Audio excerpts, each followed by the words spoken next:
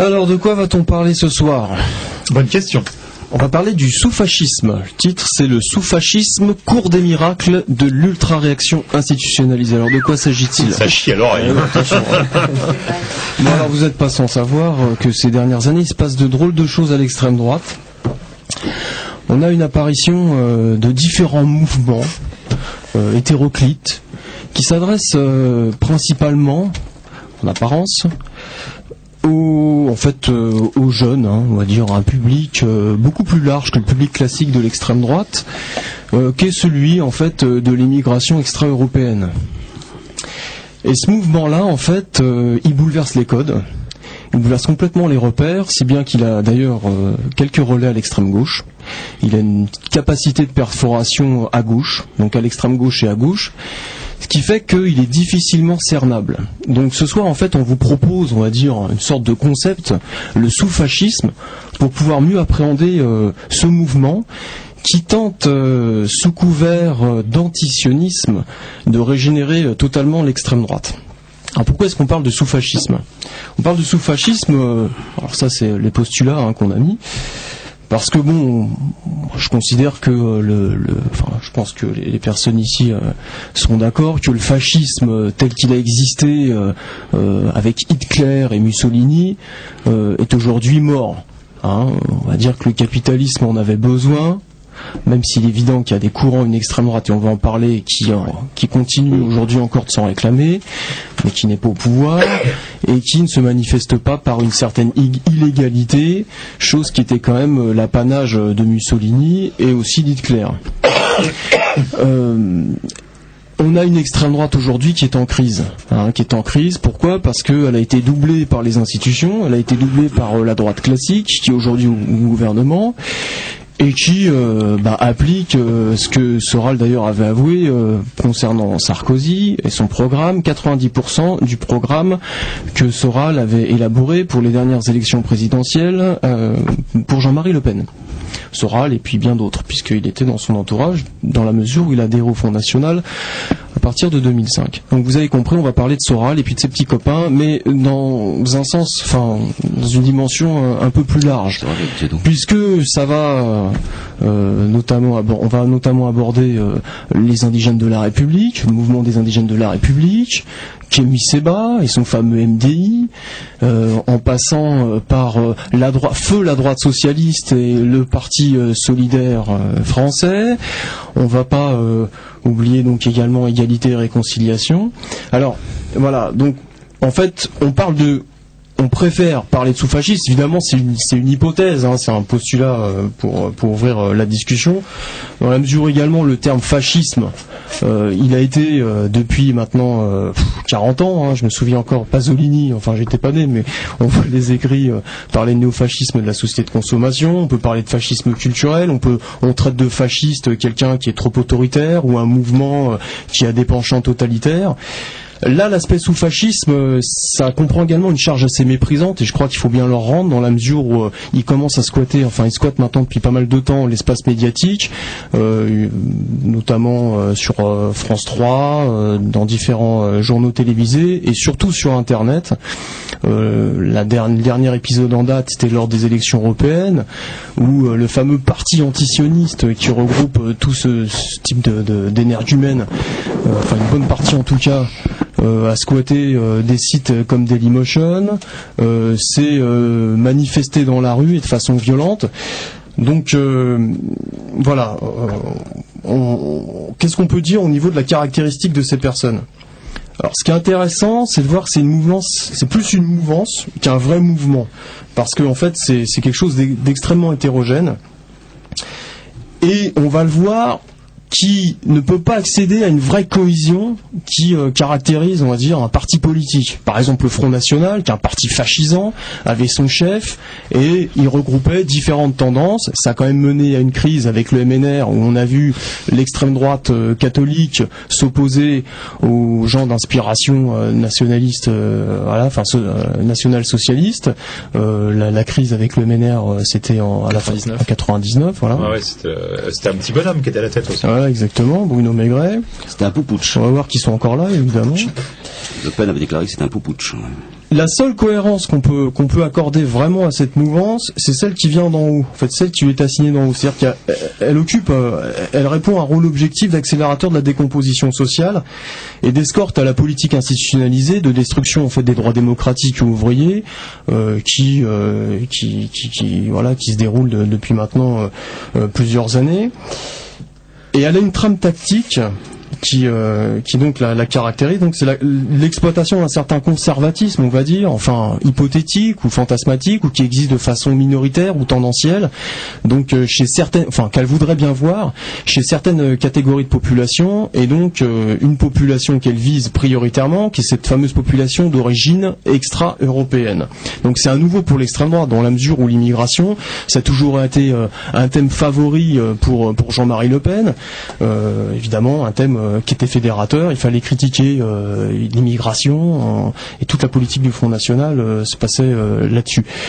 Le problème, c'est que la France, elle a changé, que au début des années 90, on n'avait que 10% de la population qui était d'origine extra-européenne, qu'aujourd'hui on en a 20% en France, et qu'il y a une véritable restructuration, un recentrage, qui se fait par le biais donc de toute cette mouvance qui se prétend donc anti-système, qui se prétend anti-sioniste, et qui donc en soi relègue totalement des vieilles recettes fascistes. Et donc on a cette trame tactique, et puis on a également des techniques rhétoriques qui sont communes à toutes les composantes de cette mouvance. Donc on a l'argument paradoxal, par exemple c'est défendre une idée ou un phénomène au nom de sa dénonciation, du style je dénonce le communautarisme au nom de la République. En fait, je prône totalement dans les faits le communautarisme, je défends les particularismes religieux et ethniques. On a aussi le syllogisme, les ennemis de mes ennemis sont mes amis, du style si tu t'opposes à l'Empire et que tu es un État policier, je suis avec toi, je vais te soutenir. Exemple, l'Iran qui s'oppose sur le terrain géopolitique aux États-Unis, qui s'oppose à Israël, eh bien on va appuyer la République islamique d'Iran. Et donc on a une sorte de brouillage, de confusionnisme qui caractérise totalement cette mouvance. C'est une sorte de supermarché en fait, une supermarché du conservatisme qui est de surcroît extrêmement arrogant. Faut écouter les exclamations tonitruantes, qu'elles soient sur internet ou à Châtelet-Léal de Kémy Séba pour vitupérer contre l'ennemi sioniste, pour dire que le sionisme est le sida de l'humanité et autres outrances. Néanmoins, si c'est une mouvance hétéroclite, on voit qu'il y a aussi des points de convergence idéologique. Mais ces points restent fragiles dans la mesure où ils sont quand même vraiment spécifiques. Exemple, antisioniste. C'est vraiment très fédérateur. Le problème, c'est que évidemment, tous les problèmes dans les faits ne relèvent pas de l'antisionisme, loin de là, puisque c'est tout à fait une construction totalement adéquate pour faire passer des idées fascisantes. On a une personnalité clé, quand on regarde bien, qui tend à se démarquer, que serait Alain Soral. Parce que c'est quelqu'un, quand on regarde au niveau de tous ces mouvements, qui est au carrefour. Le problème, c'est que, pour lui, c'est que devenir la personnalité clé de ce type, de tous ces gourous, de ce type de mouvement qui sécrètent des gourous mégalomanes, ça en vient donc être grand chef du sous-fascisme, ça revient être le sous-fascisme incarné, opportuniste, délirant, avec pour seule vocation réelle que celle d'occuper les poubelles de l'espace médiatique, et c'est une chose que fait très très bien Monsieur Soral, qui nous fait des conférences toutes les semaines sur internet, quand il n'est pas invité en deuxième partie de soirée sur France 3, enfin je vous passe parce que l'espace médiatique il le connaît très bien, ayant participé à toutes les émissions les plus clownesques depuis 10 ans, bon, on reviendra là-dessus. On voit également qu'il n'y a aucune unanimité des points de vue qui se détachent de cette mouvance. Elle subit des contradictions flagrantes, ce qui fait qu'il y a des brouilles entre elles. Bon, on reviendra également là-dessus. Et puis donc ça aboutit à une véritable bouillie idéologique, sous couvert d'une tentative donc de rénovation de l'extrême droite. Évidemment, sans aucune apologie de ce genre de pauvres types, on est loin de l'intellectualisme des Barès et des Maurras. Le niveau intellectuel des choux fascistes est en dessous de la production d'un début de pensée. Il s'agit juste d'adopter des stigmates. Regardez Kémy Sébat, t'as l'impression de voir un Malcolm X de troisième degré. Ou des morceaux de théorie également, des doctrines. Alors le pire, c'est d'écouter un mec comme Alain Soral qui se prétend marxiste, qui va te parler de république, mais en même temps il défend l'islamisme radical. Enfin, c'est une véritable poubelle. Et puis, il y a également cet aspect, c'est leur capacité d'enrégimentement. Alors, cette capacité d'enrégimentement, elle est très faible. Bon, même si ils essayent de se déployer dans les cités ou grâce à une structure quand même qui leur a été donnée par l'extrême droite classique, de pouvoir enrégimenter des individus de l'ensemble des couches sociales, on verra que ils ont vraiment du mal à devenir des organisations. Je parle même pas d'organisation de masse. Et puis cette capacité d'enrégimentement, elle est d'autant plus faible que ce qui caractérise bien sûr ces sous-fascistes, c'est que ils ne participent aucunement aux luttes sociales, bien sûr, puisqu'ils vitupèrent en permanence contre les grévistes, les gauchistes, les trotskistes, les anarchistes. Bon, donc ils restent dans leur coin et en fait. C'est le schiste, quoi. De quoi ? C'est le schiste. Ouais, c'est le schiste.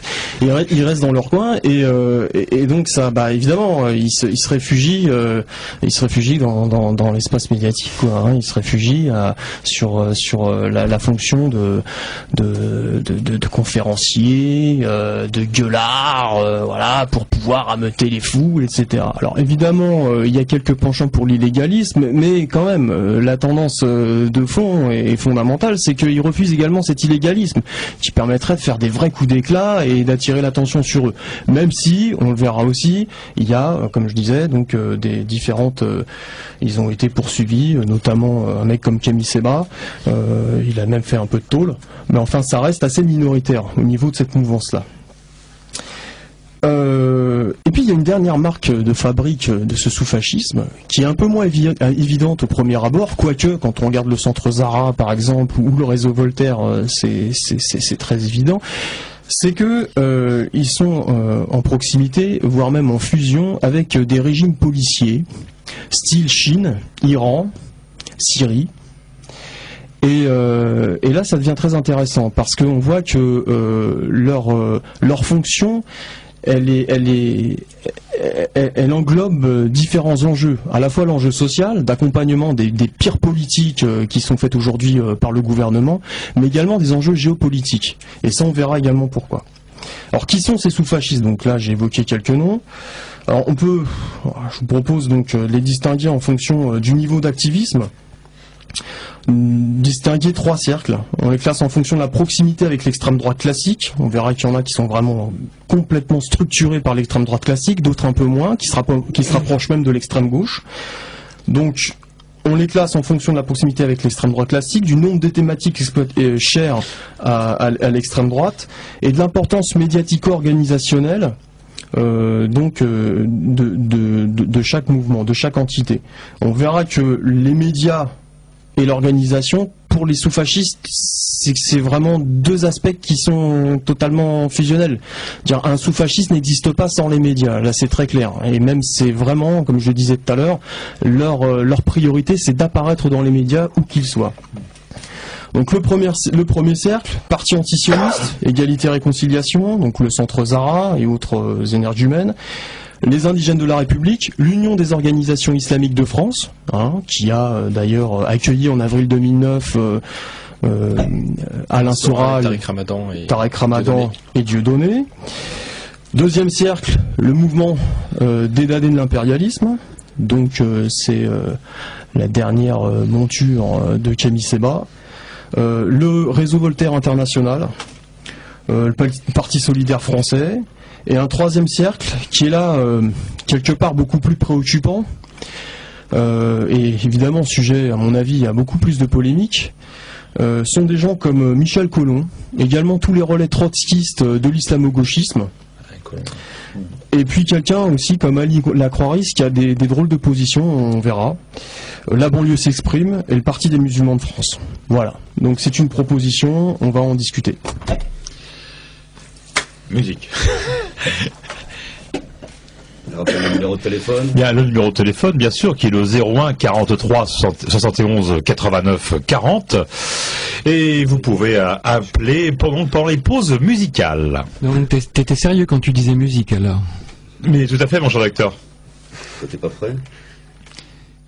Radio Libertaire 89.4 01 43 71 89 40 pendant la musique, et je rends la parole à Vincent.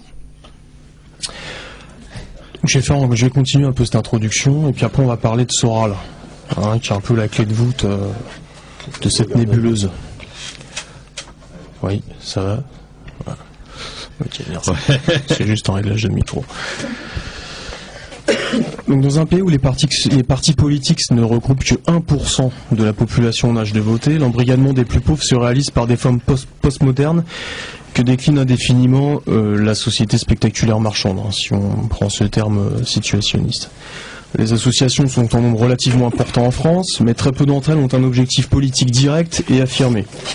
Parti de Jean-Marie Le Pen, qui n'a jamais dépassé 50 militants, il revendiquait à une époque 75 000 militants. 50 000 militants. Alors, on va voir Marine Le Pen qui va téléphoner tout de suite. C'est tout ce qu'on veut. 50 000 militants à César de Gloire, mais non plus que 17 000 adhérents. Le FN n'a jamais été loin d'être un parti de masse. Ce parti qui, dans les années 80-90, a puissamment contribué à retourner la colère des salariés, des petits commerçants, des couches intermédiaires contre eux-mêmes, voit sa capacité de nuisance baisser en proportion avec la radicalisation de la droite au pouvoir.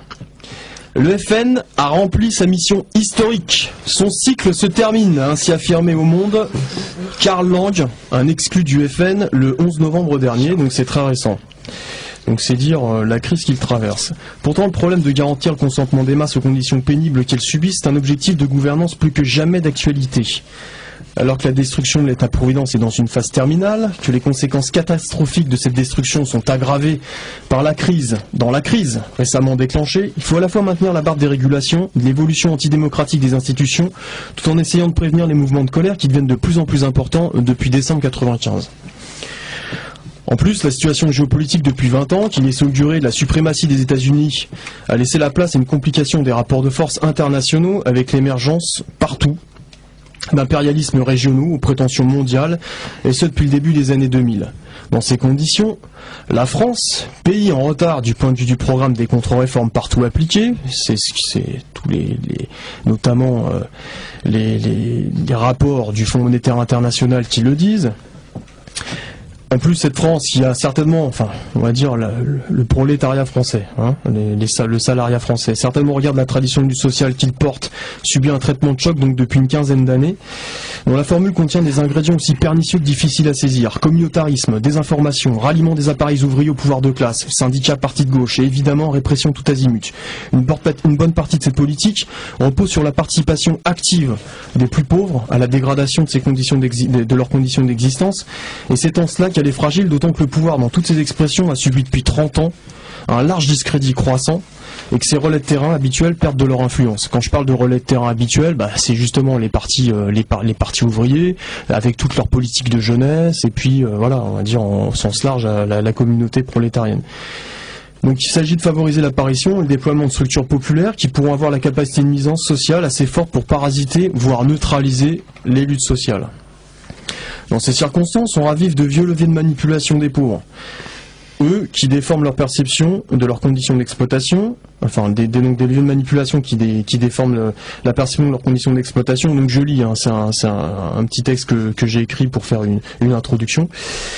Donc imposer des barrières ethniques, religieuses, culturelles à l'intérieur de la classe des travailleurs devient presque une méthode dont on connaît les résultats prometteurs dans différents pays avancés. Les États-Unis, où la défaite des mouvements révolutionnaires dans les années 70, donc je peux parler des grandes grèves qu'il y a eu dans les années 70 dans les usines automobiles, également des Black Panthers, même si c'est un mouvement qui laisse aussi à critiquer, mais toutes ces défaites qui ont été des défaites militaires, ont laissé la place à un véritable gangstérisme, à une décomposition sociale et à un retour évidemment des pratiques conservatrices, réactionnaires, religieuses. Les classes pauvres pâtissent depuis donc du gangstérisme, de la ségrégation raciale sous-jacente, de l'omniprésence religieuse, notamment sur le créneau caritatif. Dans un pays où les politiques sociales sont réduites à une peau de chagrin. Au Royaume-Uni, la conception de la société reposant sur un agglomérat de communautés, eh bien, l'individu est enfermé d'office dans un carcan communautaire, ethnique, religieux qui façonne son identité officielle. Bénéficiant énormément aux marchands, ce type d'organisation sociale peut déboucher sur des scènes de déchirement violent entre les communautés. C'est les émeutes raciales, donc, qui a eu lieu au Royaume-Uni dans les années 90. Et donc qui affirme donc la colère populaire au sein d'une dynamique politique totalement suicidaire. À partir du moment où le lien de classe est rompu entre les exploités, la bourgeoisie peut frapper toujours plus fort en aggravant la baisse du salaire réel, le chômage, la précarité, la destruction des droits ouvriers démocratiques. On crée un ou des ennemis de l'intérieur et on favorise ainsi l'arsenal répressif qui frappe tout un chacun. L'objectif des sous-fascistes est donc clair, intervenir auprès des populations qui souffrent le plus du régime capitaliste pour leur asséner un discours faussement anti-système, tentant de faire rejoindre les frustrations culturelles nées de la colonisation dans un pays comme la France, au sein de couches issues de l'immigration des pays pauvres avec les visions d'extrême droite. Il s'agit d'une tentative de restructuration de la stratégie d'extrême droite, à l'heure où celle-ci se fait doubler par la politique étatique et qui essaye dans le même temps d'accompagner sur le terrain cette même politique impitoyable à l'encontre des exploités. L'essence purement spectaculaire de ces mouvements n'est jamais aussi évidente qu'au regard de la mobilisation qu'ils essayent de capitaliser contre l'État israélien. Alors attention, je fais tout de suite une précision. Évidemment que l'antisionisme, c'est quelque chose qui doit être fait. L'État d'Israël est un État colon. Enfin, il y a toute une critique à faire. Il ne s'agit pas ici de remettre en question un antisionisme qui a une véritable trame, une politique, notamment à l'extrême gauche. Il ne s'agit pas de remettre complètement en question ça. Il s'agit en fait de pointer l'instrumentalisation de cet antisionisme par les appareils d'extrême droite pour leur restructuration, à la faveur de leur restructuration. Et on voit en effet que un conflit qui a lieu à des milliers de kilomètres, eh bien on essaye totalement d'en faire quelque chose d'immédiat et de très proche ici. D'ailleurs, peut-être même au détriment d'autres conflits. Je peux parler de la Tchétchénie, également du Rwanda dans les années 90, qui n'ont pas autant mobilisé l'extrême gauche. Donc ça, c'est des questions qui sont des questions polémiques, mais à mon avis qui doivent être pointées, parce que là, il y a un véritable piège antisioniste, notamment pour l'extrême gauche, et on verra qu'avec l'apparition de l'islamo-gauchisme en 1994 sous la plume de Chris Harman, du Socialist Worker Party, donc un parti trotskiste en Angleterre, on verra que ça a pris une dimension théorique de récupération totale du marxisme, et en même temps on voit également que c'est totalement l'impasse du marxisme-léniniste qui défendait les luttes de libération nationale au nom de l'émancipation de l'humanité. Luttes de libération nationale qui très clairement ont mené, même s'il y a eu de l'héroïsme, même s'il y a eu de la sincérité évidemment, il y a eu beaucoup de douleur, etc., mais on conduit directement à la mise en place de régimes autoritaires. Donc ça pose question, ça pose une question théorique et pratique. Donc on va peut-être parler d'Alain Soral, qui est une des clés centrales de cette nébuleuse sous-fasciste. D'accord. Donc je te laisse la parole, Simon. Pour Alain Soral, donc Alain Bonnet Soral de son vrai nom, puisque Monsieur Soral est un noble.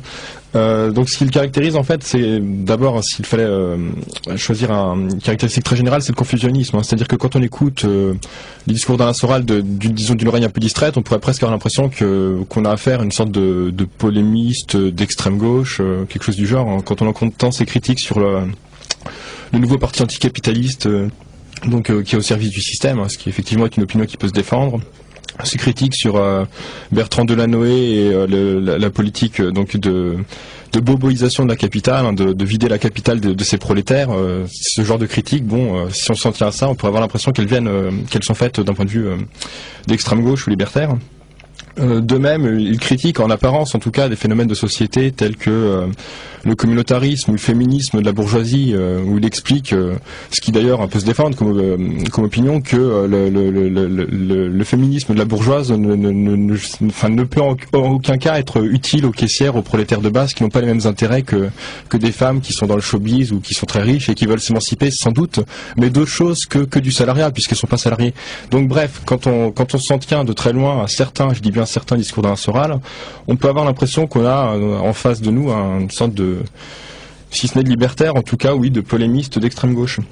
Mais plus on rentre dans les détails, et plus on s'intéresse à la fois à son parcours politique, sa trajectoire et au discours qu'il tient, et plus il est flagrant qu'on a en face de nous quelque chose qui ne relève pas de l'extrême gauche ou de quoi que ce soit de ce genre-là. En fait, pour reprendre l'expression utilisée, il s'inscrit pleinement, c'est même le chef de file, s'il fallait en trouver un, de ce qu'on pourrait appeler le sous-fascisme.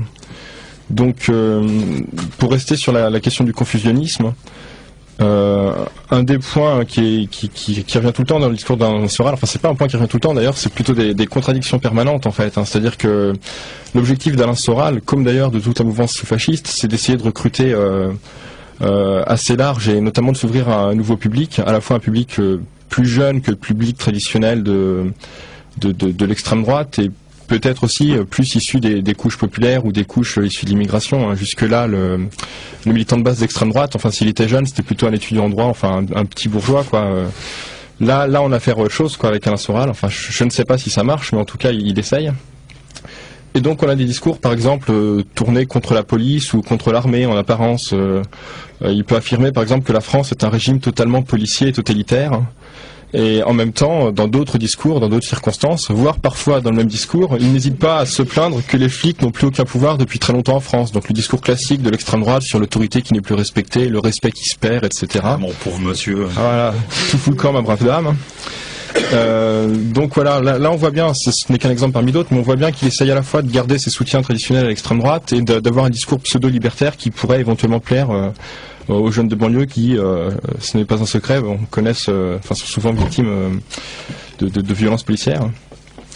Donc toujours dans cette catégorie de discours un peu incohérents, il est intéressant de se pencher sur ce que Soral racontait à propos de Dieudonné, qui maintenant apparemment, c'est ses meilleurs amis du monde apparemment, mais il y a quelques années, c'est pas très ancien, donc il y a 7 ans, en 2002, Soral évoquait l'inculte et désormais pas drôle Dieudonné.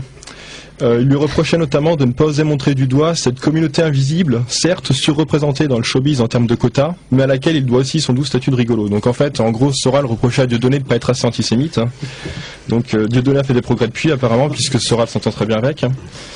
Donc de manière plus générale, au-delà du seul cas Dieudonné, on voit que Soral a compris que, en gros, il n'y avait pas d'espoir pour l'extrême droite si on s'en tenait à un public traditionnel de cathos traditionnalistes. Et donc, du coup, on assistait à un revirement concernant les Arabes et ou les musulmans. Il y a quelques années encore, donc Soral les décrivait en ces termes. Donc, je cite donc des extraits d'un livre qu'il a sorti en 2002 qui s'appelle Abécédaire de la bêtise ambiante. Jusqu'où va-t-on descendre, pardon. Donc, dans ce livre, Alain Soral disait par exemple leur seul espoir aux Algériens, c'est qu'on retourne en Algérie. Ou celui qui se comporte en colon de plus en plus, c'est le beurre. Ou encore il décrivait la France comme un pays d'anglo-saxons névrosés envahi de maghrébins hostiles. Ou à propos de la situation en banlieue populaire, donc dans les années 60. Donc Alain Soral affirmait dans cet ouvrage, les seuls qui posaient problème déjà, c'était les Algériens, qui se tenaient à l'écart, dans la solitude, la peur, l'islam et la sonacotra, et dont les jeunes, peu nombreux pourtant, foutaient déjà la merde. Donc ça, c'était donc dans un livre sorti en 2002, il y a 7 ans. Maintenant, il a changé de stratégie, en fait, radicalement. Donc il a publié quand même ses tribunes à un moment sur Ouma.com, qui se veut le portail, enfin, soi-disant, je sais pas à quel point c'est représentatif, mais qui se veut le portail de la communauté musulmane en France. Et donc Alain Soral a notamment affirmé que il trouvait que le voile, finalement, réflexion faite, c'était pas plus oppressant ou opprimant que le string. J'ai pas vu beaucoup de nanas avec un string sur le nez. Donc dans le même genre, il a aussi affirmé que donc désormais les premiers qui devraient se battre pour la préférence nationale, c'était les immigrés en situation régulière, c'est-à-dire que il a déplacé la frontière. Avant, c'était l'immigration en tant que telle qui était un problème pour l'extrême droite. Désormais, c'est seulement les immigrés sans papier, ce qui permet éventuellement, enfin c'est pas éventuellement là, c'est sûr, ce qui permet de récupérer tous ceux qui sont d'origine étrangère, ceux issus des minorités visibles, mais qui sont en règle. Tout cela, Soral essaye clairement de les récupérer en disant, étant donné que vous êtes plutôt dans les métiers les plus bas au sein de l'échelle sociale, vous êtes les premiers concernés par l'immigration illégale, donc en gros rejoignez-nous, soyez fachos. Bah oui, parce que qui est-ce qui va faire les travaux pour Bouygues après si on trouve des gens qu'on peut payer encore moins cher, qu'on peut faire venir sans papier, franchement. comment le SDF, le Stade de France aurait été construit. Enfin, franchement, le SDF. Fallait trouver les choses. Donc, enfin, je prends donc un dernier exemple concernant les contradictions qui sont omniprésentes dans les discours d'Alain Soral. Attends, toujours à ce sujet, j'en ai peut-être une pour compléter sur les Arabes. Soral, il a fait un petit entretien à Éléments. Vous connaissez Éléments, hein, c'est la revue d'Alain de Benoît. C'est la revue d'Alain de Benoît, donc du GRES, hein, du groupe de recherche et d'études pour la civilisation européenne. Donc c'est la nouvelle droite, c'était constitué dans les années 70, une sorte de laboratoire pour préparer les contre-offensives face au gauchisme, au marxisme, aux libertaires menaçants. Et donc en 2004, il avait accordé donc un interview dans lequel il disait, alors il défendait la civilisation par l'islamisation. Hein. Il disait devenir d'abord quelqu'un dans la société française avant de pouvoir devenir français, ce qu'on appelle l'islamisme, et donc selon moi une transition possible vers l'assimilation. La génération du foulard redécouvre la fierté d'être, et avec cette fierté d'être, le projet de réussite sociale, le chemin de l'université. Le petit problème, c'est que le 11 novembre dernier, il y a eu un rassemblement de différents petits partis d'extrême droite à la droite du Front National, pour beaucoup des transfuges, des gens qui ont été exclus. Et donc il préparait donc c'est une réunion pour préparer les élections régionales de 2010. Donc il y avait la nouvelle droite populaire de Robert Spiller, un gars qu'on va retrouver un peu ailleurs aussi, le Parti de la France, le PDF de Carlan, et le mouvement régional national républicain. Et puis il y avait ce fameux Marc Georges, qui est un ancien cadre du Front National et qui est numéro 2 d'égalité et réconciliation. Et alors durant cette journée, on a toute la journée donc clamé donc l'urgence à se rassembler face au péril de l'islam, à l'invasion, immigration et à la nouvelle internationale révolutionnaire islamique. Donc là, à mon avis, c'est encore empêtré dans les contradictions insurmontables. Donc on va prendre un dernier exemple donc de contradiction, mais encore une fois on pourrait multiplier la liste, mais bon ça présente un intérêt limité, enfin si ce n'est justement de montrer qu'ils sont prêts à tout pour essayer d'élargir leur public à nouvelle cible, on va dire. Donc Alain Soral par exemple se plaint en permanence que ses opposants citent des références des années 30, donc je suppose qu'il fait référence aux gauchos qui citent Trotsky ou aux anards qui citent Kropotkin ou je ne sais qui, sauf que lui-même en fait parsème ses conférences de références parfois explicites à des pacifistes des années 30, hein, donc des gens comme Déa, comme Jacques Doriot, comme Fernand de Pénon. Oui, il l'a fait. Pétain. Non, mais Doriot, c'est son modèle. Les pacifistes. Et transfuge de la gauche là-dedans. Et donc finalement, Je m'étonne. Et donc finalement en fait on voit bien la contradiction, hein. C'est-à-dire que lui-même fait ce qu'il reproche aux autres de faire, et en l'occurrence il faut préciser quand même pour ceux qui ne seraient pas calés en histoire que Doriot, Déa et Fernand de Brinon n'étaient pas que des pacifistes des années 30, c'était surtout des collabos des années 40-45, mais enfin 40-44. Donc voilà pour ce qui est des contradictions. On pourrait en rajouter une autre, par exemple la défense de la laïcité à géométrie variable, c'est-à-dire que ça c'est le genre de choses qu'il affirme sur les plateaux télé, mais bon il l'affirme pas quand il vend des catho-intégristes du renouveau français qu'il apprécie beaucoup apparemment. Exactement. Donc ils servent de service d'ordre à l'occasion. Donc deuxième point concernant la pensée d'Alain Soral, c'est la question en fait de la récupération d'un peu tout et n'importe quoi par Alain Soral, donc d'auteurs qui n'ont jamais été ni militants ni sympathisants d'extrême droite, hein, qui sont même plutôt recrutés, plutôt à l'autre extrémité de l'échiquier politique. Et de même, il récupère aussi des causes, des combats qui n'ont jamais été des combats d'extrême droite, mais dont il estime qu'ils pourraient être aujourd'hui rassembleurs, donc il les récupère à son compte. Donc parmi les auteurs dont Alain Soral se réclame, il y a notamment Guy Debord. Hein. Donc il s'en réclame, mais par ailleurs il le critique. Donc c'est pareil, il n'y a pas trop de cohérence là-dedans. Il affirme que alors, je cherche la citation, oui, alors qu'en fait Guy Debord, c'est la partie de l'œuvre de Marx accessible aux publicitaires. Donc d'ailleurs ça tombe bien puisqu'il y a une formation de publicitaire, en fait c'était peut-être à destination de lui-même qu'il écrivait ça. Enfin donc voilà, il se réclame de Debord, de Pier Paolo Pasolini, de Clastres, de Michel Fouscard. Ah oui, alors pour s'arrêter sur Kluskar, en fait, il a complètement pompé.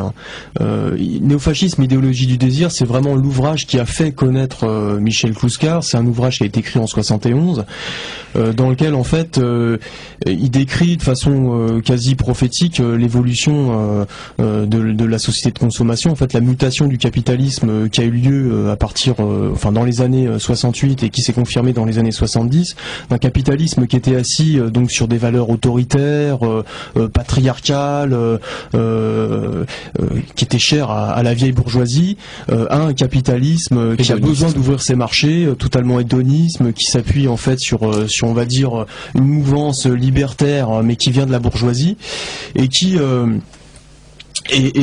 qui donc suscite en permanence la pulsion de consommation de l'individu pour pouvoir valoriser son capital. Alain Soral avait préfacé Néofascisme, idéologie du désir en 98 parce qu'en fait il était proche de Kluskar. Mais à partir du moment où il a commencé donc ce fameux Alain Soral à défendre des thèses d'extrême droite, Kluskar, donc qui était quelqu'un qui était proche du Parti communiste, l'a totalement désavoué. Il a de façon très explicite d'ailleurs. Ça n'empêche pas que Soral continue en permanence de se revendiquer de Kluskar, de reprendre tous ses concepts. Il peut le faire d'autant plus facilement. Kluskar est mort il y a quelques mois, donc voilà, il n'y aura plus personne pour reprendre tous les concepts, de la critique du freudo-marxisme, en passant par l'idéologie néofasciste du désir, la critique de l'aspect libertaire du capitalisme, etc., etc. Ce qui d'ailleurs lui permet d'être totalement antiféministe et de façon très explicite. Donc voilà, c'est vraiment le marxisme Alain Soral qui se fait passer pour un intellectuel se revendiquant d'Hegel, de Marx, qui nous dit que Marx aujourd'hui voterait pour Le Pen. Donc tu rigoles quoi. Donc justement, il était bercé trop près des murs. Mais... Donc justement, on y arrive à la question de la récupération donc de Karl Marx par Alain Soral. Donc par exemple, il se justifie depuis longtemps déjà, il a une grande passion dans sa vie. Alain Soral, c'est la défense du petit patron et du petit commerçant qui est victime des impôts qui sont trop élevés et des prud'hommes qui sont impitoyables. Et donc il fait ça en disant que c'est des économistes marxistes qui depuis les années 90 prônent un tel soutien au petit patronat, au petit commerce, etc. Sauf que bien sûr, il n'a jamais cité un seul économiste marxiste qui demande à soutenir le petit patronat. C'est tout simplement parce que ça n'existe pas. On attend toujours une seule citation d'un économiste marxiste qui aurait demandé à ce qu'on défende cette fraction-là du petit patronat, du patronat, victime peut-être, je sais pas, Poujade. Justement, oui. C'est typiquement poujadiste, effectivement, donc de récupérer. Donc, mais il y a une sorte d'arrogance permanente, justement, c'est une des caractéristiques également du sous-fascisme, dire qu'il se sent si fort qu'il peut occuper tout le terrain, tu vois, et y compris et surtout le terrain de l'ennemi, en prétendant se rapproprier tous les concepts, la culture. C'est du sous-sarkozisme.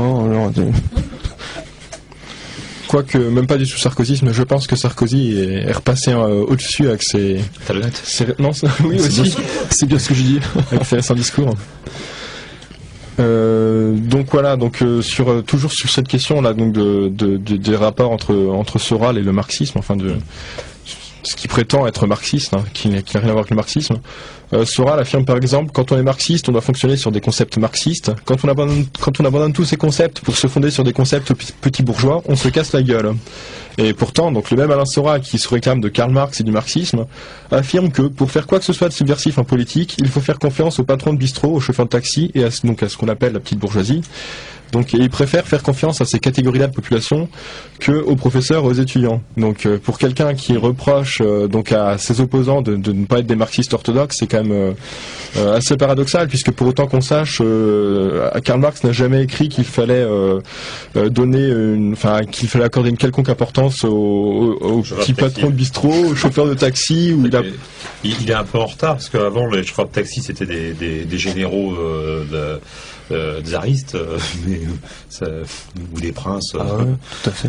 Des Russes blancs, mais ça, il y a longtemps. Donc voilà, bel exemple de récupération par Soral, donc du marxisme. Donc Soral va quand même assez loin, enfin en fonction du public il s'adapte. Quand il fait une conférence devant un public d'extrême droite par exemple, donc devant des sympathisants et militants du parti populiste, il n'hésite pas par exemple à dénoncer l'idéologie maçonnique, donc c'est quand même très connoté, hein. Ça le classe quand même assez clairement à l'extrême droite sans être excessivement paranoïaque, hein. Judéo-maçonnique. Oui, il manquait le judéo, mais l'idée était là. Et il n'hésite pas non plus à faire référence donc à la propagandiste du Troisième Reich, Leni Riefenstahl, donc c'est pareil, c'est quand même des références assez connotées à l'heure actuelle. Il se plaint même du fait qu'il y ait eu des procès à la Libération, donc le tribunal de Nuremberg et les exécutions ou les sanctions diverses qui ont frappé les collabos, donc il trouve ça intolérable. Il explique qu'on tue tous les nazis parce que c'était le mal, donc on les raye de la planète Terre, apparemment. Je sais pas, il fallait les laisser en vie ou les protéger. Autre chose, mais on est toujours en lien, on est toujours sur la question de l'extrême droite, c'est la défense par Alain Soral, donc disons en fait de certaines fractions du capitalisme contre d'autres fractions. Donc c'est une stratégie assez classique.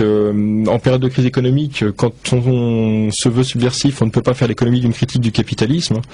Donc Soral s'y résout, mais il ne vise que certaines strates bien précises du capitalisme. Alors c'est tout le temps les mêmes, hein, c'est pas très original, l'extrême droite a ses préférences. Donc par exemple il dénonce le fait que le capitalisme, l'économie de marché est portée par les élites blanches occidentales judéo-protestantes, hein.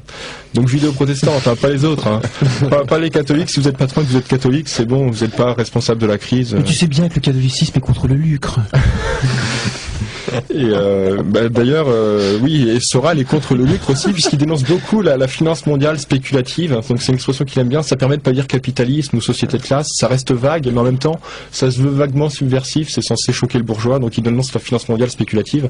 Évidemment, dans le contexte actuel, il y a aucun dans le contexte de crise économique comme Sarkozy. Hein. Voilà, c'est ce que j'allais dire exactement. Il y a aucun mérite à le faire. Hein. Et qui ne le fait pas dans la classe politique française? Le centre le fait, la droite le fait, la gauche le fait. Tout le monde est anticapitaliste, enfin anti-spéculation, anti-finance mondiale spéculative. Évidemment, c'est la pure démagogie, hein, parce que bon. Ah bon. Si, je t'assure. Alors, c'est de la pure démagogie. si, puisque c'est le même Soral qui nous expliquait donc du temps où il était au Front National. Il ne le dirait peut-être plus aujourd'hui, mais c'est le même Soral qui nous expliquait que sur les questions économiques, le programme du FN est un programme de gauche. Hein, donc, alors que bon, quand on se penche quand même en détail, il suffit d'ailleurs d'aller voir le site du Front National. Ils se cachent pas. Hein. Ils sont contre le droit de grève. Ils sont pour la retraite par capitalisation. Ils sont pour moins de fonctionnaires. Enfin, en gros, ils sont pour le programme économique de Nicolas Sarkozy, tout simplement. Voilà. Oui, 90% du programme. Voilà, 90%. Ouais. Donc en fait, Nicolas Sarkozy a vraiment pompé Soral, quoi. Ouais, il devrait demander des droits d'auteur ou quelque chose, parce que. Ouais. Peut-être faire une petite pause, non? Ouais. Je veux. On va la faire cette petite pause. Radio Libertaire 89.4, la voix de la Fédération anarchiste, l'émission de la CNT Énergie, et donc je rends la parole à Vincent, à Bernard et à tous nos amis. Voilà. Il y en a qui veut reprendre la parole. On va peut-être continuer sur le cas Soral. Ouais, je m'excuse d'avoir parlé un peu trop vite à un moment donné, hein, surtout dans la lecture des petits textes là. Oui, tu t'es emballé à un moment donné, mais bon, c'est pas grave, t'as les bons freins. Donc sur Soral, donc tellement de choses à dire. Ouais, et on va pas avoir le temps d'ailleurs. Un des caractéristiques d'Alain Soral, c'est pas surprenant, c'est l'antisémitisme. Donc un social-démocrate allemand au XIXe siècle disait que c'était le socialisme des imbéciles. C'est toujours aussi vrai, hein. Donc c'est de manière générale, on en a parlé dans l'introduction sur qu'est-ce que le sous-fascisme. Un des points communs à tous les sous-fascistes, c'est le prétendu antisionisme, dont on comprend bien qu'en fait il n'a rien à voir avec le conflit israélo-palestinien et ce qui se passe réellement au Proche-Orient. C'est qu'un masque, un prétexte. Donc on va pas rappeler les déclarations d'Alain Soral, hein. D'ailleurs il a été condamné pour certains de ses propos en justice, hein, sur la question. Ce qui est intéressant, c'est que parfois il est plus abusif, c'est-à-dire que il en a peut-être marre d'être trop souvent condamné en justice, donc il tient des propos plus, par exemple dans sa propagande, enfin les intellectuels qu'il vise, quand on regarde, en fait, il ne vise que des intellectuels juifs. On a l'impression que c'est les seuls qui, enfin, effectivement, quand on l'entend viser des gens comme Alain Finkielkraut ou Bernard-Henri Lévy ou André Glucksmann, etc., ça peut paraître à première vue plutôt sympathique, puisque bon, c'est des gens, ils ont soutenu à peu près toutes toutes les guerres américaines de ces dernières décennies. Avant, ils étaient maoïstes ou staliniens, ils étaient déjà des ordures. Maintenant, ils sont d'extrême droite, ils se cachent même pas. Donc effectivement, mais il n'en reste pas moins vrai qu'on se pose des questions, puisqu'il y en a plein d'autres qui sont tout aussi dégueulasses, et dont Alain Soral ne parle jamais. Donc il joue sur les deux tableaux, c'est-à-dire qu'à la fois il peut passer pour un... Donc déjà, premier point, ça lui évite les condamnations en justice, puisqu'il parle pas des juifs en général, il ne tient pas de propos antisémites, il parle de quelques intellectuels d'une communauté qu'il ne nommera pas, comme il dit lui-même. Et donc ça lui évite les condamnations pénales, et puis surtout ça lui permet de passer pour un type qui ose s'en prendre aux puissants, alors qu'en fait, en ne visant que des intellectuels à l'origine ethnico-religieuse supposée commune, ça lui sert surtout à épargner la bourgeoisie dans son ensemble. Surtout des marionnettes médiatiques. Voilà, oui, des clowns médiatiques. Mais il est sur son terrain. Oui. Bah, c'est des concurrents en fait, c'est pour ça qu'ils les détestent, c'est ça. Ils sont plus forts que moi. Ils ont plus d'expérience, ils ont commencé il y a longtemps. Ils ont commencé de bonne heure, ouais. C'est sûr. Et d'ailleurs, ça permet de faire la transition, puisque le point commun justement entre Soral et ces gens-là, c'est que c'est tous d'anciens Stal ou d'anciens Mao. Soral, donc c'est un ancien stalinien, il est passé par le Parti communiste, et il en a gardé de graves séquelles, puisqu'il considère encore aujourd'hui, en 2009, ou du moins il y a peu de temps, il considère encore que la CGT c'était un réseau de résistance ou d'opposition traditionnelle. Alors que bon, quand on se penche sur l'histoire de la CGT, ça fait au moins depuis 1936 qu'elle est dans le camp d'en face. Donc soit Soral est nul en histoire, soit je sais pas, il a des affinités particulières avec Bernard Thibault et avec ses prédécesseurs à tête de la CGT. Eh ben, on va balancer un seau d'eau. Donc dans la même veine, toujours concernant le stalinisme de Soral, il y a la dénonciation classique du capital apatride et du capital nomade. Donc la thèse elle est classique, ça reprend en fait ce que racontait Staline à propos de ces théories du socialisme dans un seul pays, c'est-à-dire que par opposition au capital, aux capitalistes qui ne connaît pas de frontières, qui est cosmopolite, qui se joue des frontières entre États, donc les travailleurs, eux, se doivent d'être nationalistes par opposition au capital apatride.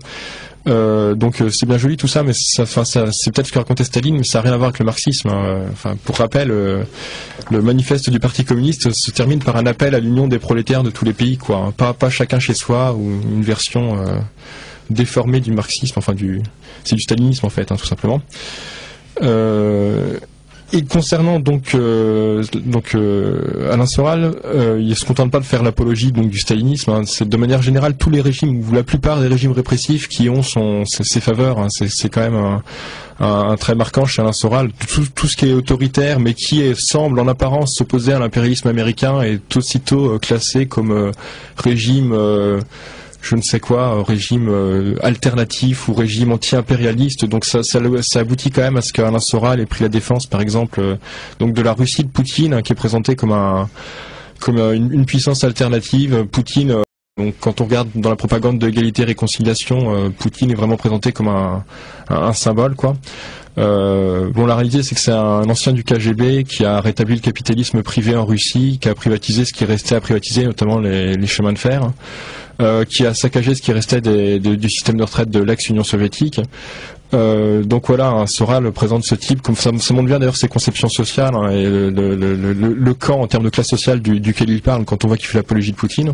Donc il s'arrête pas là, il était aussi un grand fan du régime du défunt Saddam Hussein, qui est présenté pareil comme un chef d'État d'une puissance alternative, alors que Saddam Hussein c'était tellement une ordure qu'il a réussi l'exploit d'avoir à la fois le soutien de l'Union soviétique stalinienne et des États-Unis et de la France bien sûr. Donc voilà.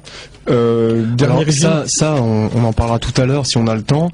C'est ce fameux alter-impérialisme que défendent largement tous les sous-fascistes, du réseau Voltaire en passant par le mouvement des indigènes de la République, Alain Soral, qui est un peu la marionnette chef de tout ça. Il y a un cas vraiment, c'est le cas du réseau Voltaire qui est un cas extrêmement explicite on en parlera tout à l'heure, où là on a un retournement de situation on va dire au début des années 2000, après les attentats du 11 septembre et juste après l'invasion pendant l'invasion américaine en Irak, où le réseau Voltaire devient une officine de diplomatie parallèle de la France chiracienne. c'est pas moi qui le dis, hein, ce sont des gens comme Michel Sidbon, qui a été fondateur du réseau Voltaire en 1994. Donc ce réseau Voltaire qui défend les positions de Chirac contre l'impérialisme américain, qui compare le discours de Chirac en 2004 à celui de Gaulle sur l'indépendance de la France. Réseau Voltaire qui se rapproche également fin 2004 des services chinois. On en parlera également tout à l'heure, hein, de l'Iran, de la Syrie, du Liban, des organisations comme le Hamas et le Hezbollah sont en permanence adulées par les indigènes de la République, par Kémy Séba, par tous ces mecs-là, comme des organisations de résistance face à l'empire américain, le grand méchant qui vient tout détruire. Excuse-moi, je te laisse continuer. Justement, le régime le plus consensuel, c'est celui que tu as évoqué, c'est la République islamique d'Iran, en fait, qui effectivement à la fois, le soutien, je pense que donc de Dieudonné, qui était en Iran il y a quelques jours, d'Alain Soral, bien sûr, donc toute cette mouvance égalité et réconciliation, mais aussi effectivement donc des islamo-gauchistes, donc le principal noyau de cette tendance, c'est le mouvement des indigènes de la République, mais également certaines tendances pseudo-trotskistes type socialisme par en bas, socialisme international, tout ça au nom de l'anti-impérialisme. Donc ça amène à soutenir donc un impérialisme en fait qui est aussi une puissance impériale mais minoritaire contre l'impérialisme américain qui serait pire que les autres ou Corée de nature, enfin qui ferait qu'en gros tout régime qui s'oppose à lui est systématiquement classé comme régime méritant le soutien donc de toute la mouvance sous-fasciste. D'ailleurs, pour l'anecdote, ils se sont vraiment vautrés dans le ridicule. C'est le réseau Voltaire qui, en plein mouvement social de masse, en pleine manifestation monstre en Iran, a affirmé que nous expliquait qu'en fait, c'était téléguidé par la CIA et que grâce à une organisation par le biais de l'utilisation des téléphones portables, ils avaient réussi à mettre des millions de gens dans la rue contre le pauvre régime iranien qui tente de résister à l'invasion américaine, d'ailleurs qu'on attend toujours maintenant depuis 4 ans, quoi. Hein. Ça fait 4 ans qu'on nous l'annonce. Donc voilà, là c'est vraiment on confine là au ridicule. Hein. Un mec comme Michel Collomb, pareil, hein, qui est invité sur les plateaux de télé, sur France 3, etc. C'est le spécialiste, spécialiste de la défense du régime iranien, spécialiste de la défense du régime criminel d'Hugo Chavez. On avait fait une émission, oui, je me souvenez, en 2006, où on disait qu'en fait, évidemment, le régime d'Hugo Chavez n'a jamais été, c'est le régime qui a le plus ramené de multinationales sur le sol vénézuélien, qui livre en partie ou une bonne partie de la forêt vénézuélienne aux rapaces chinois, américains également, avec Chevron, Exxon, qui massacre à coups de tronçonneuse des Indiens dans la forêt dans la forêt vénézuélienne, qui déplace des cimetières, qui déplace des populations entières pour pouvoir exploiter le gaz, le charbon et le pétrole. Donc c'est très intéressant. Il faudra demander aux libertaires vénézuéliens, nos amis del Libertario, ce qu'ils en pensent, qui se sont fait tirer dessus il y a 3 ans au 9 mm. Hein. Voilà. Donc le dernier point concernant Alain Soral, ça va de soi, mais bon, c'est toujours bien de le rappeler. Donc c'est son arrivisme et sa haine de classe. Son arrivisme, parce que c'est un type qui quand même, si on en croit sa biographie officielle, c'est lui qui le dit, il est quand même parti du mouvement punk au départ. Hein. Il est parti du mouvement punk pour se retrouver publicitaire quelques années plus tard, à moins qu'il ait fait les deux en même temps, mais bon, ça paraît difficile à concevoir. Là, il s'est retrouvé stalinien, donc... Nos futurs. Ouais, nos futurs, ouais. Il s'est retrouvé stalinien dans les années 90. En 2002, il prétendait être proche de Jean-Pierre Chevènement. Alors juste une petite aparté sur son engagement au sein du Parti communiste, Parti communiste qui considère comme le parti de classe, là où il a vraiment rencontré ce qu'il y avait de meilleur dans l'humanité. Enfin, il a fait partie, il a avoué ça il y a pas longtemps en fait de ce petit groupe de Stahl qui d'ailleurs se sont fait virer, mais enfin lui il s'est planqué, apparemment il n'a pas été chopé, qui au début des années 90 faisait des rencontres donc avec l'Idiot International, mais également des mecs comme Alain de Benoît, des gens donc de Éléments, du Grec, Grèce, et qui en fait voulait complètement décomplexer la position souverainiste, nationaliste au sein du Parti communiste. Donc on a vu aussi que évidemment à l'époque que ces gens-là avaient des vues assez étranges concernant l'antisémitisme, et donc il y a eu quelques purges qui ont été faites dans les années 90, mais Soral n'a pas été touché. Et ça renseigne d'ailleurs sur son évolution, parce que ce mec-là, en fait, il est évidemment opportuniste, mais enfin, il a toujours été, il a toujours eu des penchants antisémites sous couvert d'un antisionisme. Donc pour finir sa trajectoire en 2002, il semblait proche de Jean-Pierre Chevènement, c'est ce qu'il affirmait. Mais il a depuis avoué qu'il avait finalement voté Le Pen, donc en 2002. Il a avoué ça après coup. Il rejoint donc le Front National en 2006. Et il y reste assez peu de temps. Il le quitte en 2008, en fait, après l'échec des municipales, en fait, puisque bon, le FN fait un score minable. À cause des problèmes financiers, notamment dans beaucoup de villes, y compris des grandes villes, le FN n'est même pas en mesure de présenter des listes. Donc Alain Soral quitte le Front National à ce moment-là. Et donc se présente aux élections européennes de cette année sur la fameuse liste anti-sioniste, donc de son nouvel ami Dieudonné, puisqu'il n'a pas toujours aimé. Voilà pour la trajectoire donc d'Alain Soral. Donc soit dit en passant, pour quelqu'un qui reproche à ses adversaires politiques leur capacité à retourner leur veste, lui surpasse à lui tout seul tous ses adversaires politiques réunis en ce domaine. Puisqu'il aura fait à peu près toutes les tendances politiques, enfin en apparence, à part le centre en fait, quoi. Il a fait l'extrême droite, il a fait les staliniens, le mouvement punk, le souverainisme de gauche avec Chevènement, enfin il a tout fait, quoi. Puis il a fait tous les plateaux de télé, les émissions les plus débiles d'abrutissement des masses, quoi. C'est-à-dire que c'est un mec qui critique la spectacularisation de la société, qui critique l'idéologie de la consommation, le divertissement abrutissant. Le mec il se retrouve chez Evelyne Thomas. Ouais. C'est mon choix quand même. C'est mon choix. Ouais. Il s'avachit sur les plateaux tous les dimanches de Paul Vermus où il joue le pauvre type de service, où il commence à il Ardisson aussi contre les femmes. Ardisson, pareil. Donc Mireille Dumas, où il raconte sa vie, il nous parle de sa sœur actrice, qu'il aimait pas son père, qu'il voulait pas. Enfin, non, c'est une catastrophe le mec là. Et oui, par contre, il critique les émissions d'Arthur et de Stéphane Bern, hein, donc c'est celle-là particulièrement. Et peut-être parce qu'il est pas passé, tout simplement. Ouais. il a peut-être pas tenu le droit, donc je sais pas, peut-être qu'il était frustré, du coup il s'est vengé sur eux. Mais effectivement, donc c'est ça, hein, c'est tout le paradoxe quand même du type qui critique, qui prétend reprendre à son compte la critique de Bordienne de la société du spectacle et qu'on voit sur tous les plateaux télé depuis depuis presque une décennie, quoi. Il devrait faire Koh-Lanta. Pourquoi pas. Faudrait l'envoyer en Russie, tu sais, en Sibérie. Donc sur Alain Soral, on a à peu près fait le tour. C'est quelqu'un qui a un ego assez. D'ailleurs, il s'en plaint. Enfin, il cache pas lui-même que son objectif c'est de passer à la télé, hein, puisque bon, je vais vous le citer là. On voit quand même le type qui angoissait à l'idée éventuellement un jour de ne plus passer à la télé, de ne plus être interviewé, de passer à la radio, etc. Hein, il dit. Si vous ne faites pas ce qu'il faut, vous êtes progressivement marginalisé, c'est-à-dire que vous ne pouvez plus passer dans les grands médias, vous êtes un peu mal vu. On voit bien ceux qui peuvent se maintenir et ceux qui sont marginalisés, et pourquoi.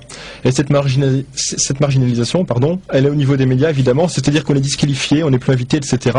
Moi, on voit très bien d'ailleurs que je passais beaucoup dans les émissions, mais à un moment donné, on ne m'a plus vu, et c'est là qu'ils commencent à s'inquiéter. D'ailleurs, les gens ne se posent même pas la question, tiens, on ne vous voit plus, donc ils risquent de retomber dans l'oubli. Donc apparemment, il manque pas à grand monde, hein, il l'avoue lui-même, puisque les gens ne se demandent pas pourquoi il passe plus à la télé, donc c'est qu'on peut vivre sans Alain Soral. Donc voilà, je pense qu'on a fait le tour sur Alain Soral.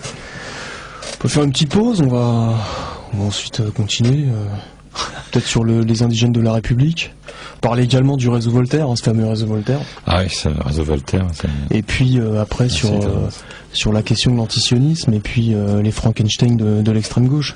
Si on arrive à caser tout ça une demi-heure, ouais. Ça va pas être facile. Alors bien sûr c'est le 01 43 71 89 40. Voilà, merci et voici la musique. C'est pour toi.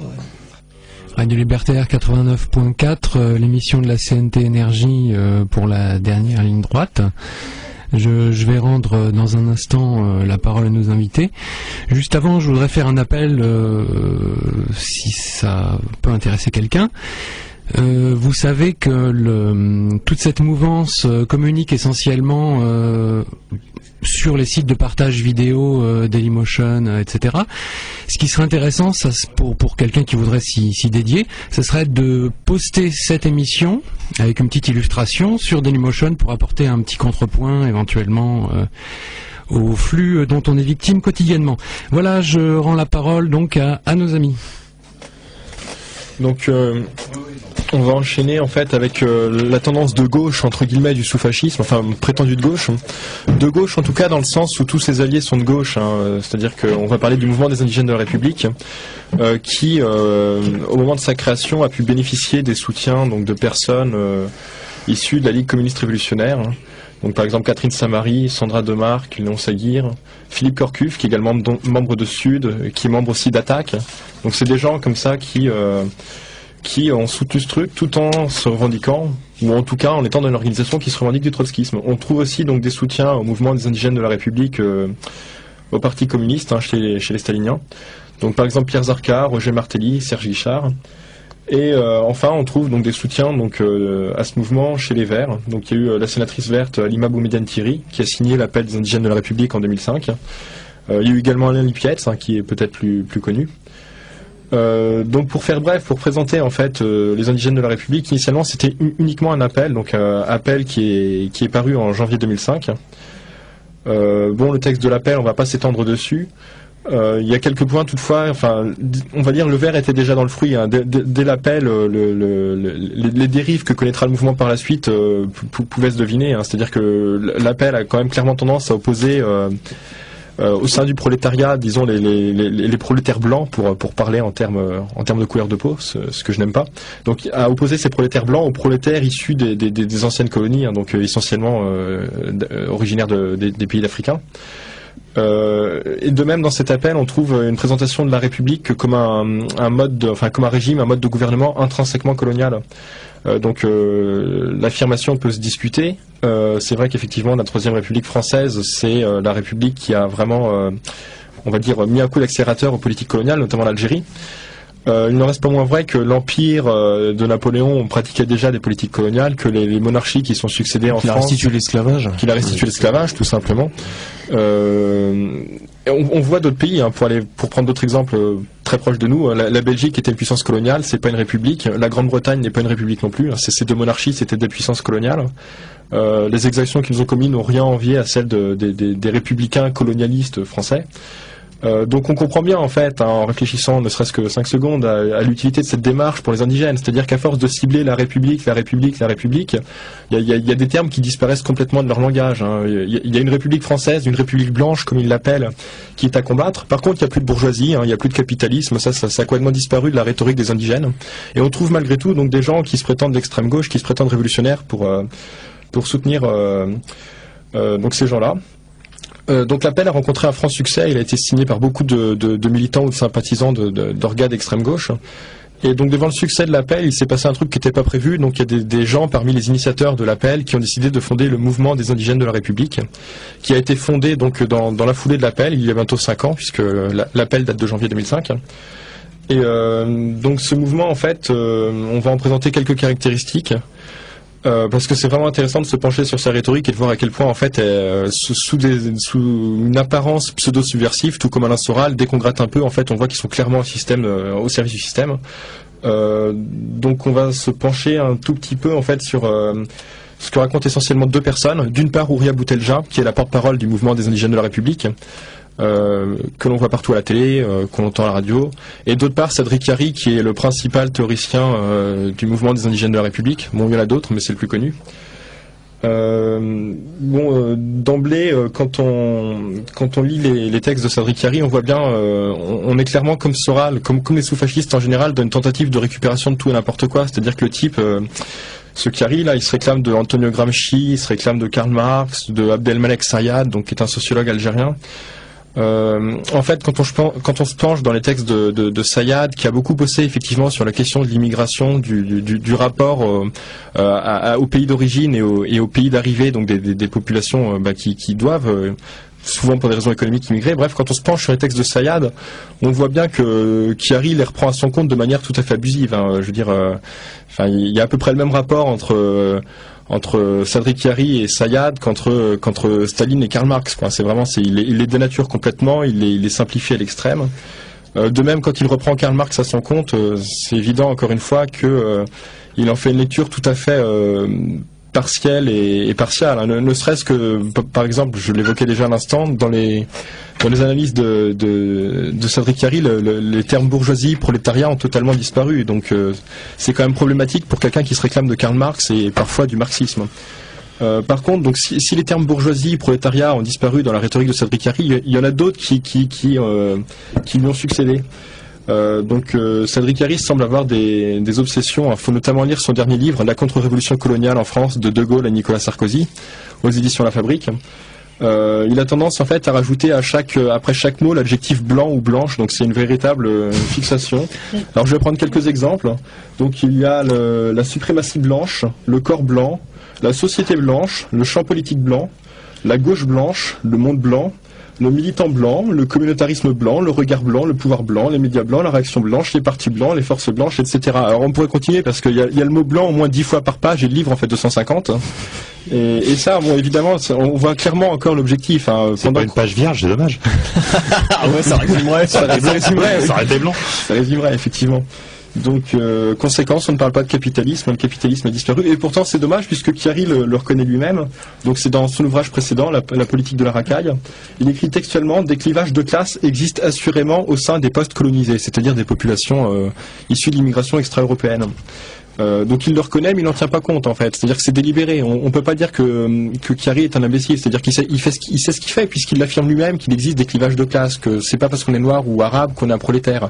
Et inversement, c'est pas parce qu'on est blanc qu'on est un bourgeois, quoi. Il le sait et il n'en tient pas compte. Donc c'est vraiment un manipulateur en fait, hein, pour utiliser le terme. Donc en fait, si on veut passer maintenant donc du principal théoricien à la porte-parole, Hourria Boutelja. Il y a des aveux intéressants de sa part, on peut au moins lui reconnaître une qualité, c'est la franchise. Donc dans un entretien qu'elle a eu avec un certain Jérémy Robin, donc qui est sociologue, entretien qui a été publié dans la revue Hérodote, elle disait clairement: nous ne sommes pas révolutionnaires. Donc c'est bien de le dire, mais c'est dommage de se contenter de le dire à un sociologue. Elle ferait bien un peu de le dire à ses militants ou aux gens d'extrême gauche qui les soutiennent en présentant les indigènes de la République comme une orga subversive, alors qu'elle affirme clairement qu'ils ne sont pas révolutionnaires. Autre chose intéressante, donc la porte-parole Hourria Boutelja a participé en 2006 à une conférence dont le thème était la révolution en 2010, point d'interrogation. Alors quand on voit les personnes qui participaient à ces conférences, donc c'était en 3 fois, il y a eu 3 conférences, on comprend bien que c'était des personnes qui posaient la question avec une certaine anxiété. Il s'agissait en fait de savoir comment éviter une potentielle révolution en 2010. Donc parmi les intervenants, donc il y avait Stéphane Poquelin, donc membre fondateur du conseil représentatif des associations noires, qui a un temps été porte-parole donc des Verts et de Noël Mamère, qui a squatté lui aussi pendant des années les plateaux de télé. Oui, oui, dans l'émission de Laurent Ruquier notamment, entre autres, Parti socialiste. Donc il y avait ça comme intervenant. Il y avait une certaine Anna Moy qui se présente comme une styliste de mode et une femme d'affaires. Et il y avait même beaucoup mieux.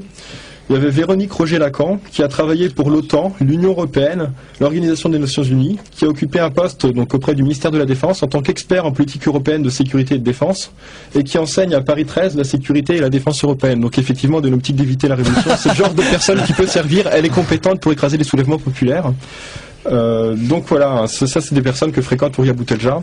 Donc il y a vraiment, c'est un peu comme Alain Soral, il y a enfin, je m'adapte à mes publics, c'est-à-dire qu'en certaines circonstances, elle est là, entourée de ces gens-là. Il y eu Valérie Pécresse à ses conférences, hein. Il y a Bruno Gillard, l'ancien du LEF, il y avait ces gens-là, quoi, quand même. Donc elle est là en train de disserter sur comment éviter la révolution en 2010, et puis dans d'autres circonstances, elle tient des discours enragés en se réclamant de Louise Michel, de Karl Marx et d'autres. C'est vrai que Louise Michel, on la met à pas mal de sources, hein. Oui. C'est vrai que... Oui, elle a la mode. Même Mélenchon s'en réclame maintenant. Oui, puis le postier là, du NPA, là, il s'en réclame aussi. Il dit qu'il se sent descendant de Louise Michel. Elle a enfanté de sacrés personnages quand même. Oui, enfin pour revenir sur le squat médiatique d'Hourria Boutelja, là encore dernièrement, je crois que c'était en octobre dernier, elle était face à Éric Besson, tu vois, donc elle est constamment mise en avant. Ce soir ou jamais. Ce soir ou jamais, ouais, c'est l'interlocutrice des il faut préciser quand même qu'elle est tout le temps mise en avant, et ce que les médias ne précisent jamais, et c'est bien dommage, c'est qu'elle parle à peu près au nom de 20 personnes, hein. C'est-à-dire qu'il n'y a pas de militants au mouvement des indigènes de la République, et on peut se poser des questions sans rentrer dans des théories du complot sur l'utilité effectivement pour les médias et la classe politique de mettre en avant ce genre de guignol, quoi. Puisque bon, c'est des gens qui prônent le communautarisme, en gros les blancs avec les blancs, les noirs avec les noirs, les arabes avec les arabes et tout se passera bien. Et donc effectivement, on comprend donc dans cette optique pourquoi une personne qui ne représente à peu près qu'elle-même est si médiatisée, et pourquoi pas des gens qui tiendraient un discours plus cohérent, enfin un discours tout simplement révolutionnaire. Elle est vraiment cyclotimique cette nana, parce qu'elle peut avoir des discours relativement, je veux dire, intéressants et d'autres totalement décousus, notamment dans la fameuse interview en face des vaissons. Il y avait Onfray qui était à côté d'elle, qui était complètement catastrophé, il fallait l'entendre parler, c'était complètement décousu. Non mais elle a perdu ses moyens lors de l'émission. Et alors c'est durant cette émission qu'on l'a entendu dire qu'en fait les cultures opprimées étaient forcément des cultures émancipatrices, un truc comme ça, c'est-à-dire qu'elle faisait passer, et là on en revient à l'alter-impérialisme en fait, les régimes, les gouvernements dictatoriaux qu'on retrouve dans les pays du Maghreb, en Afrique noire, pour des gouvernements de culture émancipatrice, libératrice, quoi. De fait, il y a un manichéisme qui est outrancier et qui est complètement caricatural. Et donc quelque chose. Besson qui se foutait de sa gueule en permanence, elle se prenait des baffes comme ça et elle continuait. Enfin, c'était vraiment lamentable. Oui, donc en fait, pour achever, je pense, de décrédibiliser définitivement le mouvement des indigènes de la République, en fait, il suffit de regarder leurs alliances, enfin les gens qui les soutiennent. Les gens avec qui ils passent des alliances, donc c'est vraiment très large. Hein. C'est encore une fois c'est le propre du sous-fascisme, hein, c'est qu'il bouffe à tous les râteliers. Donc à la fois, il crache pas sur ses soutiens donc de gauche et d'extrême gauche, hein, donc du nouveau parti anticapitaliste, des Verts, du Parti communiste français, etc. En même temps, on sait qu'ils font des conférences communes avec Tariq Ramadan, donc qui est un islamiste. Hein. Je vais pas développer ici, je renvoie au livre de Caroline Forest, Frère Tariq, c'est très bien argumenté. À côté de ça, ils n'hésitent pas non plus, donc le mouvement des indigènes de la République n'hésite pas non plus à mettre en ligne sur son site internet des communiqués où ils affirment la nécessité donc de se solidariser avec la tribu Ka, qui serait selon eux persécutée par la justice, parce que leurs propos racistes et antisémites ne sont pas gênants en soi. Selon les indigènes de la République, ils sont gênants parce qu'ils sont tenus par des indigènes, en fait, c'est-à-dire par des gens issus des minorités visibles. Et donc ça allait loin quand même, hein, puisqu'il y avait un communiqué donc sur l'ancien site des indigènes de la République. Ils ont changé maintenant, mais l'ancien site est toujours accessible. Ils expliquaient en fait que le racisme de Kémy Séba et donc de cette tribu Ka, qui est devenu maintenant le mouvement des damnés de l'impérialisme, ce racisme-là n'était qu'un racisme édenté, c'est-à-dire un racisme pas dangereux. Ça, ils expliquaient ça quand même pour resituer. Quelques mois avant que ce même Kémy Séba, de manière tout à fait officielle, n'annonce son alliance avec droite socialiste, c'est-à-dire avec un groupe néo-nazi, qui est maintenant devenu le PSF, le Parti solidaire français. Donc cet exemple montre bien qu'en fait il n'y a aucun clivage, aucune frontière nette entre le pseudo-racisme des dominants et le pseudo-racisme des dominés. Il n'y a qu'un seul racisme, il faut le combattre. On le voit bien avec cet exemple, puisque des noirs soi-disant dominés peuvent parfaitement faire alliance avec des blancs néo-nazis soi-disant dominants. Dans le cadre de la lutte contre l'ennemi commun, donc ils appellent ça comme ils veulent, le sionisme, le judaïsme, je ne sais quoi, mais on comprend bien l'idée. C'est le discours de Louis Farrakhan aux États-Unis d'ailleurs, c'est complètement hallucinant d'ailleurs. Oui, de Farrakhan, oui, l'ethno-différentialisme, voilà, c'est ça. Ségrégationnisme. Voilà, sur fond d'adhésion commune, effectivement, en théorie ethno-différentialiste. C'est marrant là cet exemple parce que le Parti solidaire français, l'ancienne droite socialiste, donc il y avait un groupuscule qui faisait partie de ce groupe là, de ce parti, qui s'appelait donc Nomade 88. Alors 88, pour ceux qui ont l'habitude, voilà, c'est la 8e lettre de l'alphabet, donc voilà, Heil Hitler. Ce fameux groupe, il s'est distingué en 2008 en tirant sur des jeunes dans une cité, donc ça a donné lieu à des arrestations. C'est vraiment des gens là qui pour le coup passent à l'action et d'ailleurs c'est également un groupe qui avait agressé, et c'est une vidéo qui a circulé sur internet, qui avait agressé donc des noirs. Ils s'étaient filmés en train d'agresser des gamins noirs dans le métro. Ils étaient fiers d'avoir fait ça, et puis on les avait retrouvés d'ailleurs à une prise de parole sur la voie publique quelques mois plus tard en compagnie de Kémy Séba, en train de faire le service d'ordre de Kémy Séba, quoi. Donc tu rigoles. Et donc pour finir, pour montrer un peu cet éclectisme du mouvement des indigènes de la République, donc ils ont aussi des soutiens auprès donc de petites tendances donc de la LCR qui est maintenant le NPA, donc c'est socialisme international et socialisme par en bas. Donc c'est des gens qui t'expliquent par exemple que les nouveaux foyers de la révolution en France c'est les mosquées, que la prochaine révolution partira des mosquées. Et oui, non mais ils blaguent pas, c'est ça le problème. C'est ça le problème. Et donc c'est des gens qui théorisent sur le fait que toute critique de l'islam en fait c'est un racisme qui s'assume pas, ou alors un racisme qui s'assume même. Et ils ont également des cautions quand même, c'est ça qu'il faut voir avec le mouvement des indigènes de la République, ils ont également des gens qui leur servent de caution universitaire. Je vais pas citer 50 noms, mais il y a notamment François Burgat et Vincent Guesser. Donc les deux, il me semble, ont signé l'appel des indigènes de la République en janvier 2005. Vincent Guesser avait anticipé en quelque sorte en sortant un livre dès 2003 qui s'appelait La nouvelle islamophobie. Et dans ce livre, bon, il y a des analyses d'ailleurs en partie, je dis bien en partie intéressantes, mais à côté de ça, il y a des analyses totalement délirantes. C'est-à-dire que il a inventé par exemple la catégorie de ramadanophobie pour les gens qui critiquent Tariq Ramadan. Il a inventé la catégorie d'islamistophobie pour les gens qui critiquent les islamistes. Et il a aussi inventé la catégorie d'islamophobie musulmane pour les musulmans qui sont pas assez musulmans ou qui sont trop critiques vis-à-vis de l'islam. Donc en fait, il théorisait déjà tout ce que les indigènes de la République allaient reprendre quelques années plus tard, à savoir que toute critique de l'islam, de la religion musulmane, était une forme de racisme. Donc pour finir sur les indigènes, et pour être un peu méchant avec eux, une fois n'est pas coutume, on a vraiment l'impression que c'est des petits bourgeois frustrés en fait de ne pas obtenir les responsabilités qu'ils réclament en vain depuis des années en fait. Ils sont aptes, ils ne demandent qu'une chose, c'est d'avoir leur place dans la gestion du capitalisme. Ils reprennent à leur compte des discours complètement citoyennistes sur le fait qu'ils veulent lutter en tant que citoyens et en tant que citoyens et citoyennes, qu'ils veulent entrer dans le débat démocratique. Donc ils s'inscrivent pleinement dans l'horizon prétendument indépassable de la démocratie bourgeoise, puisque entrer dans le débat démocratique, ça veut bien dire qu'ils se contentent parfaitement du pseudo-débat démocratique auquel on a le droit à l'heure actuelle. Et d'ailleurs, ils ne cachent pas leur volonté, ils le disent eux-mêmes, de participer aux prises de décision, donc ça veut bien dire qu'ils veulent jouer un rôle dans l'actuel système. Et pour finir en beauté quand même, ils ont écrit un court communiqué en 2007 où ils se plaignaient de l'islamophobie aux renseignements généraux, c'est-à-dire que les renseignements généraux n'embauchaient pas assez de musulmans. Donc, en résumé, ce que réclament les indigènes de la République pour eux, c'est le droit d'être des flics comme les autres, en fait, des flics comme les blancs, tout simplement. Donc, nous ne se solidariserons pas avec ces gens-là. On peut, pour terminer, parler justement de ce fameux alter-impérialisme qui concerne notamment, et en fait, donc les indigènes de la République et tous les sous-fascistes. Alors, les indigènes de la République, donc, déclarent fièrement sur leur site: nous soutenons le Hamas et les forces de la résistance parce que notre anticolonialisme est total. Voilà. Alors ça, c'est récurrent, en fait, chez les sous-fascistes, c'est-à-dire le soutien, donc, au Hezbollah, au Hamas, à l'Iran, la Russie, la Chine, le Venezuela.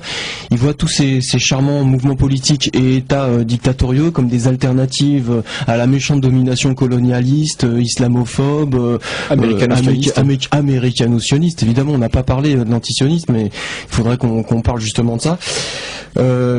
Donc cet alter-impérialisme, il a vraiment pris un éclat avec ce qui s'est passé au réseau Voltaire. Donc je reviens là-dessus.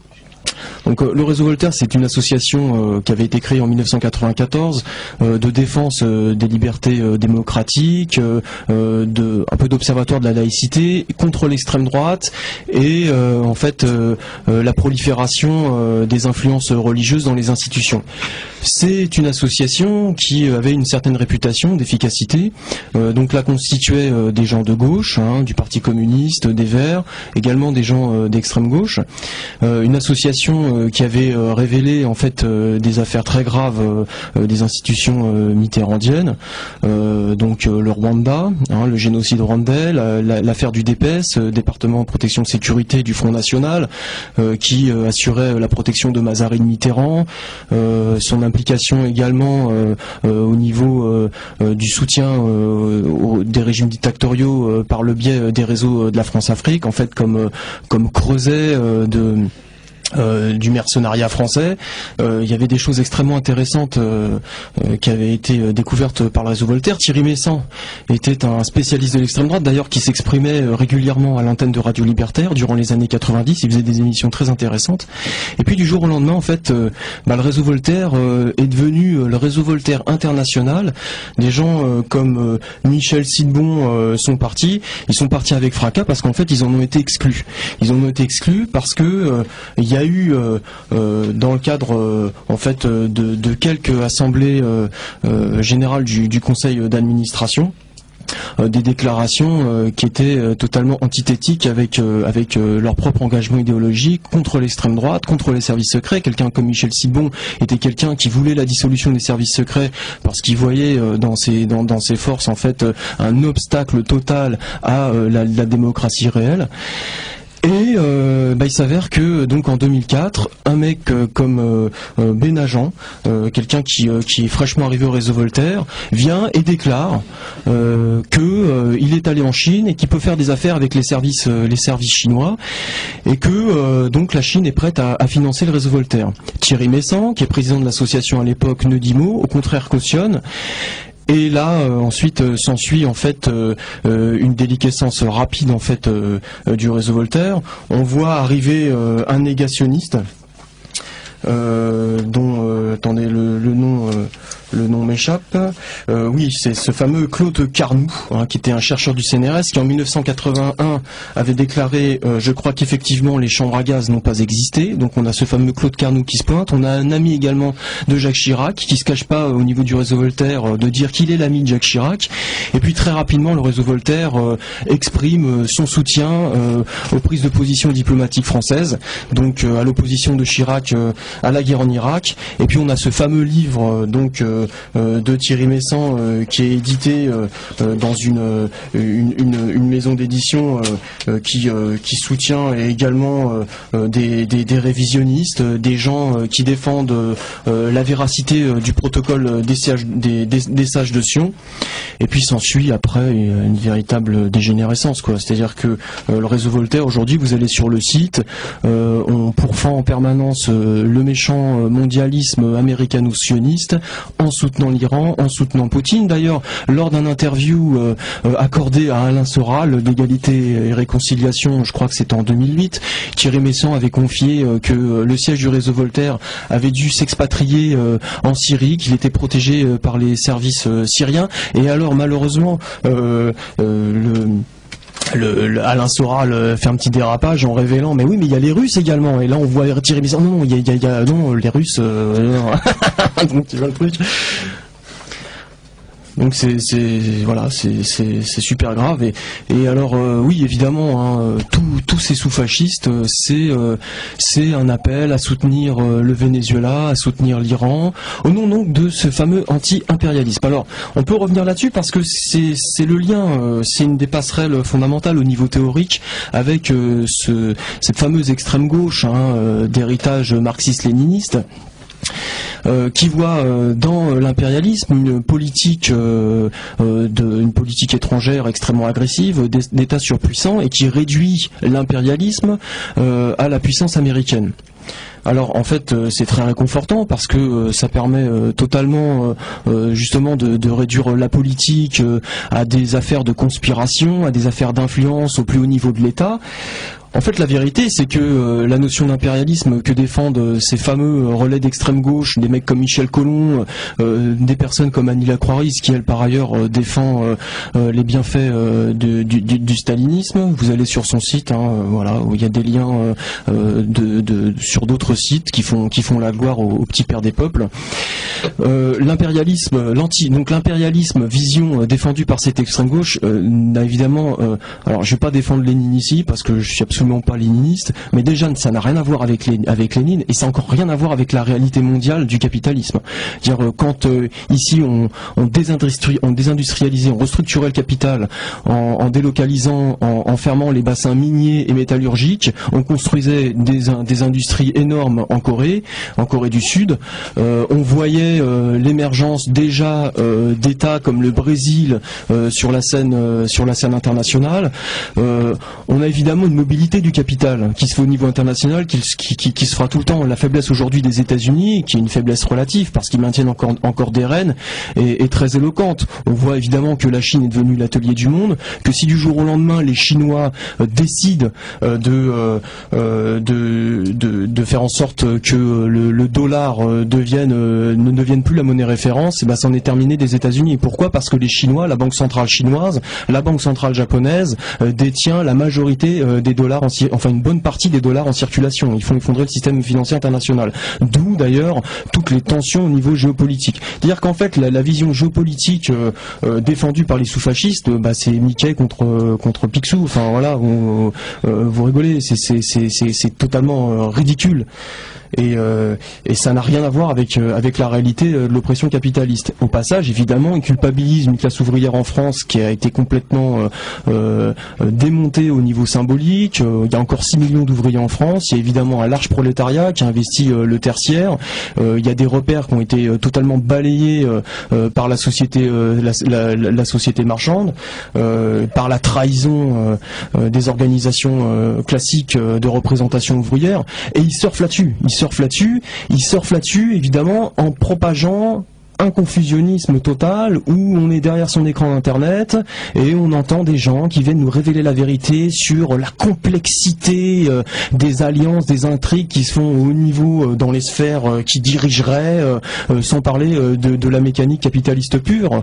Évidemment, quand il y a des crises qui se présentent là-dedans et que le spectacle de l'effondrement de tout ce tissu institutionnel et économique est évident, ils ont de plus en plus de mal à devenir cohérents. Ils se raccrochent à des marottes totalement caricaturales, ridicules, où on voit que le juif, le sioniste est derrière.